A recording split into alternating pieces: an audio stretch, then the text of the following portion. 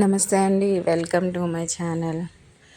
ఈ సండే మా husband mutton curry తెచ్చారు, mutton and keema. So mutton అయితే కడిగేసి నేను కుక్కర్లో వేసుకొని పసుపు, కొంచెం అల్లం పేస్ట్, కొంచెం ఉప్పు, అలాగే కొంచెం వాటర్ వేసి కుక్కర్ పెట్టి విజిల్ పెట్టుకోవాలి. అదిగోండి వాటర్ కొంచెం ఒక హాఫ్ గ్లాస్ పోసుకొని, ఆల్రెడీ మటనే వాటర్ దిగిద్ది కాబట్టి కొంచెం వాటర్ పోసుకొని ఒక 2 విజిల్స్ కొంచెం ముక్క మెత్తగా అయ్యేంత వరకు ఉడికించుకోవాలి.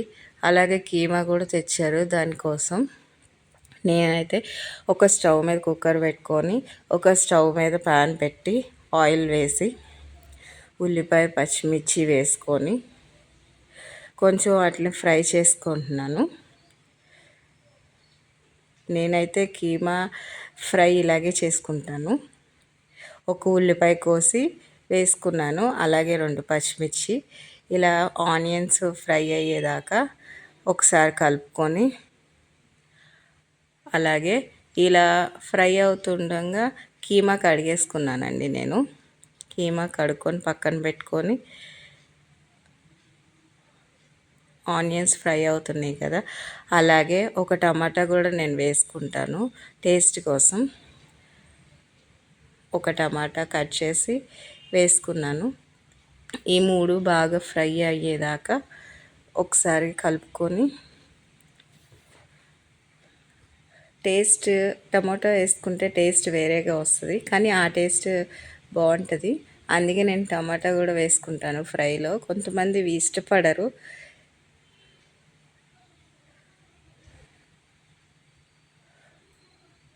ఇలా ఫ్రై చేసుకొని 2 కర్రీస్ చేయాలంటే చాలా టైం పట్టిద్ది కదా, అయినా సరే చేశాను. 2 అవర్స్ పట్టిద్ది నాకు కర్రీస్ చేయడానికి. చూడండి, కొంచెం సేపు మూత పెట్టుకొని కొంచెం ఆనియన్స్, నెక్స్ట్ టమాటాస్ కొంచెం ఫ్రై అయిన తర్వాత, చూడండి ఫ్రై అయినాయి కొంచెంగా.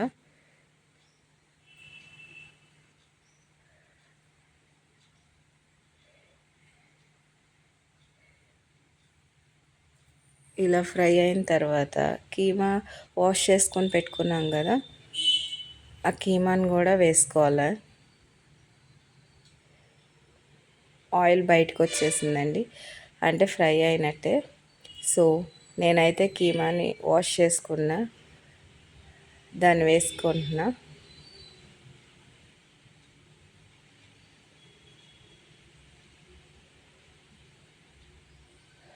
కొంచెం అల్లం పేస్ట్ ఒక 2 స్పూన్స్ దాకా వేసుకుంటాను, టేస్ట్ బాగుంటుంది కదా ఎక్కువ వేసుకుంటే. మరీ ఎక్కువ వేసుకున్న చేదు వస్తుంది. టేస్ట్కి సరిపడినంత వేసుకొని కలుపుకోవాలి. కొంచెం అల్లం పేస్ట్ పచ్చివాసన పోయేదాకా వేగనివ్వాలి. చూడండి, నేనైతే ఆయిల్ పైకి తేలే వరకు వేపుతాను, అప్పుడే టేస్ట్ బాగుంటుంది. సో చూడండి, అల్లం పేస్ట్ వేసిన తర్వాత కూడా ఆయిల్ బయటకు వచ్చింది.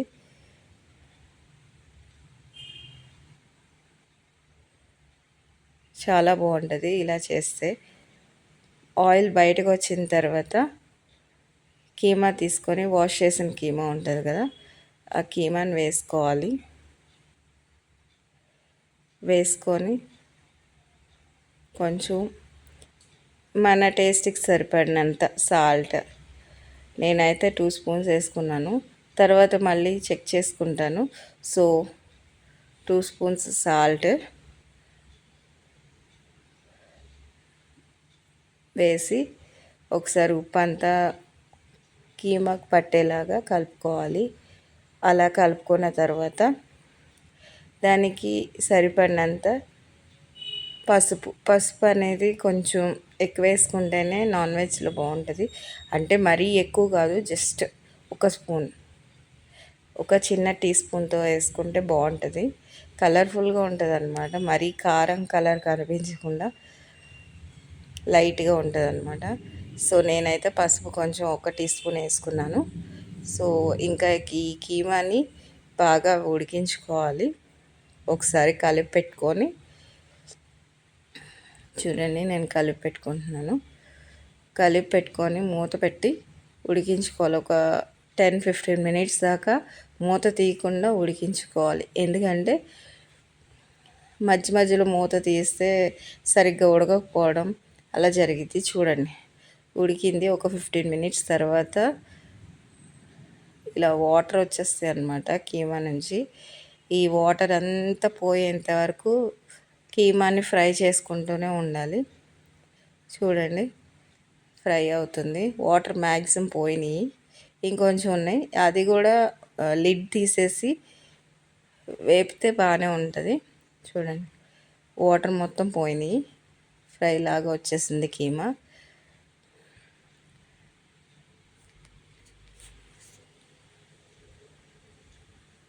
ఉడికిపోయింది. తర్వాత ఒక 2 స్పూన్స్ కారం వేసుకున్నాను. ఇది నాన్ వెజ్లోకి నేనైతే పచ్చికారం యూజ్ చేస్తాను, కొంచెం స్పైసీగా కావాలి అని. నార్మల్ కర్రీస్లోకి అయితే నార్మల్ సాంబార్ కారం అంటారు కదా, అది యూజ్ చేస్తాను. అలాగే గరం మసాలా వేసుకున్నాను ఒక 2 స్పూన్స్ కారం తర్వాత.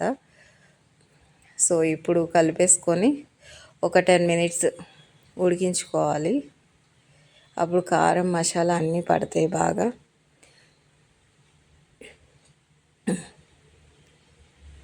మూత పెట్టేసి ఒక 10 మినిట్స్ ఉడికించుకోవాలి. చూడండి, ఆయిల్ పైకి వచ్చేసింది. చెప్పాను కదా, నేను ఆయిల్ బయటకు వచ్చేలాగానే చేస్తాను ప్రతి కర్రీలోనూ. నాన్ వెజ్ అయితే టేస్ట్ వేరే రకంగా ఉంటుంది. సో ఆయిల్ బయటకు వచ్చేసింది కాబట్టి కీమా రెడీ అయిపోయింది. చూడండి ఎంత చక్కగా వేగిందో ఫ్రై. సో ఇదైతే కీమా కర్రీ. నెక్స్ట్ కీమా అయిపోగానే మళ్ళీ ఇంకో స్టవ్ మీద ప్యాన్ పెట్టేసి ఆయిల్ వేసి మటన్ కర్రీ చేయాలి కదా. సో మటన్ కర్రీకి ఆయిల్ వేసేసుకున్నాను ప్యాన్లో. ఆయిల్ వేసిన తర్వాత ఒక 2 ఉల్లిపాయలు, ఒక 3 పచ్చిమిర్చి కోసుకొని వేసుకున్నాను. ఈ పచ్చిమిర్చి ఉల్లిపాయలు వేగాలి కదండి. బాగా వేగేంత వరకు కొంచెం బాగానే వేగాలి, లేదంటే కసకస అంటది ముక్క. సో ఇలా వేగిన తర్వాత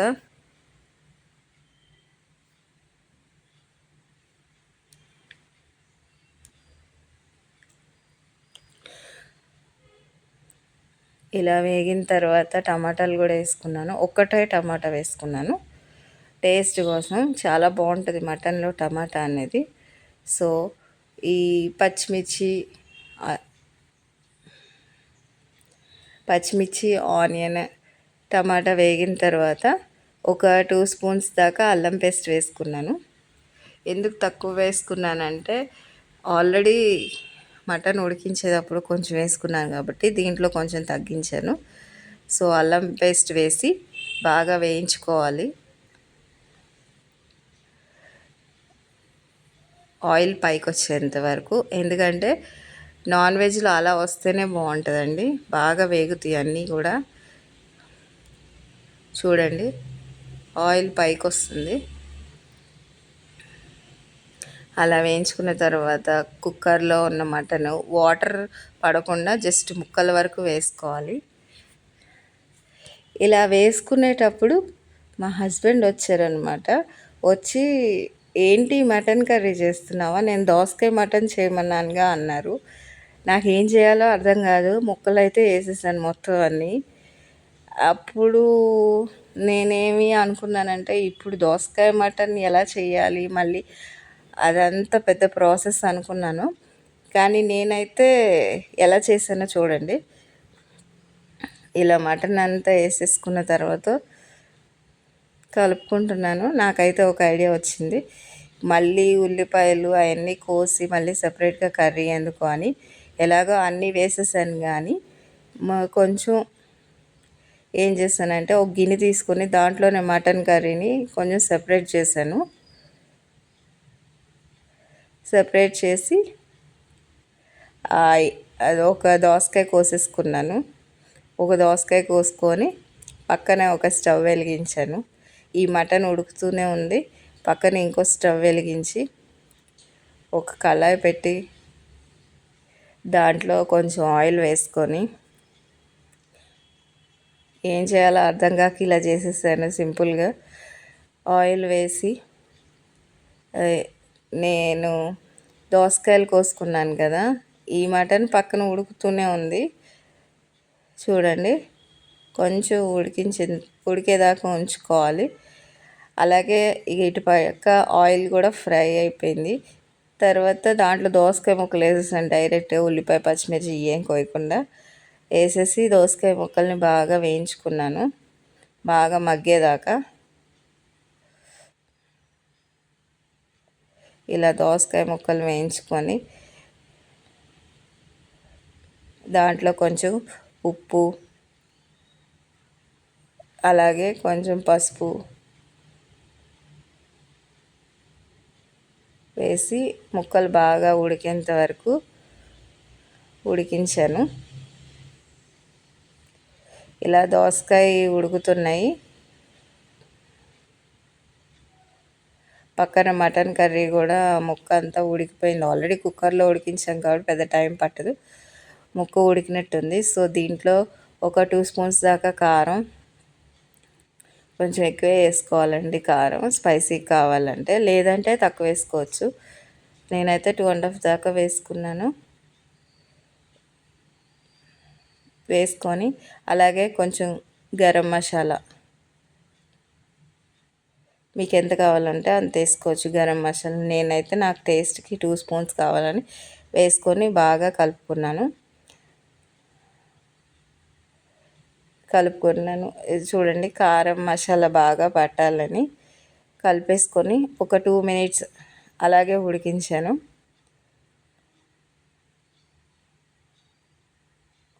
ఇలా ఉడికించిన తర్వాత మటన్ ఉడికించి వచ్చిన వాటర్ ఉంటాయి కదా, అవి పోసుకున్నాను. అవి ఒక 1.5 కప్ వచ్చినాయి. ఆ వాటర్ మొత్తం మటన్ కర్రీలో వేసుకున్నాను.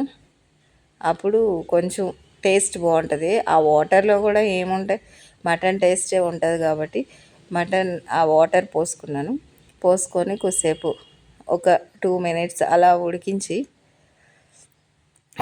దీని మటన్ కర్రీకి ఇంకా టేస్ట్ రావాలంటే జీడిపప్పు పేస్ట్ వేస్తే చాలా మంచి టేస్ట్ వస్తుంది.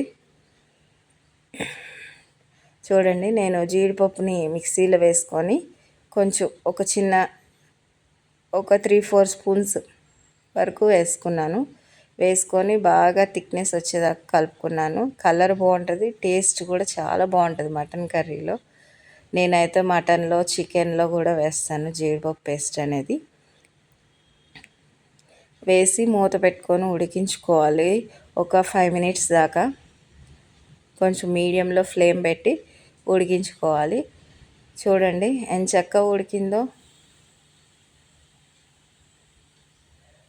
థిక్ గ్రేవీ వస్తుంది జీడిపప్పు పేస్ట్ వేస్తే. టేస్ట్ కూడా అలాగే ఉంటుంది, చాలా చాలా బాగుంటుంది. ఎక్కువ వేసుకోకూడదు జీడిపప్పు పేస్ట్.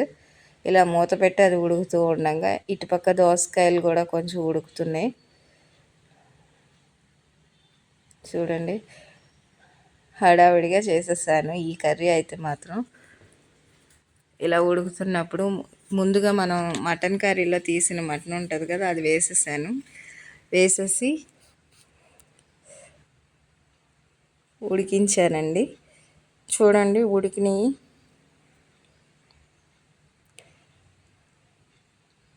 అలాగే మటన్ కర్రీ అయిపోయింది మ్యాక్సిమం. చూడండి థిక్నెస్ వచ్చేసింది, బాగా ఉడికిపోయినట్లుగా ఉంది. సో ఇలా మటన్ కర్రీ చేసుకుంటే మాత్రం చాలా బాగుంటుంది. పరోటాస్లో కానీ, చపాతీస్లో కానీ, రైస్లో కానీ. నేను లాస్ట్లో కొంచెం గరం మసాలా వేసాను, సరిపోలేదు అనిపించింది. అలాగే కొంచెం కొత్తిమీర కూడా యాడ్ చేసుకున్నాను. సో ఇదైతే మటన్ కర్రీ అయిపోయినట్లే. చూడండి నేను చక్కగా ఉంది మటన్ కర్రీ. చాలా చాలా టేస్టీగా ఉంటుంది ఇట్లా చేసుకుంటే కర్రీ అనేది. ఆల్మోస్ట్ అయిపోయింది కర్రీ మొత్తం.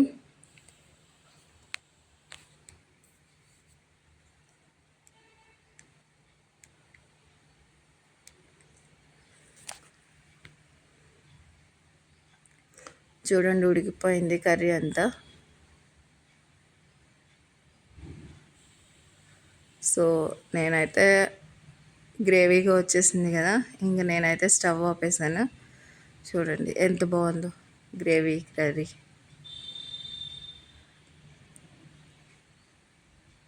చాలా టేస్టీగా ఉంటుంది ఇట్లా అయితే. మా ఇంట్లో బాగా తింటారు. ఇదిగోండి ఇది కూడా అయిపోయింది. దోసకాయ మటన్ కూడా ఉడుకుతున్నాయి ముక్కలు. ఇలా ఉడికేటప్పుడు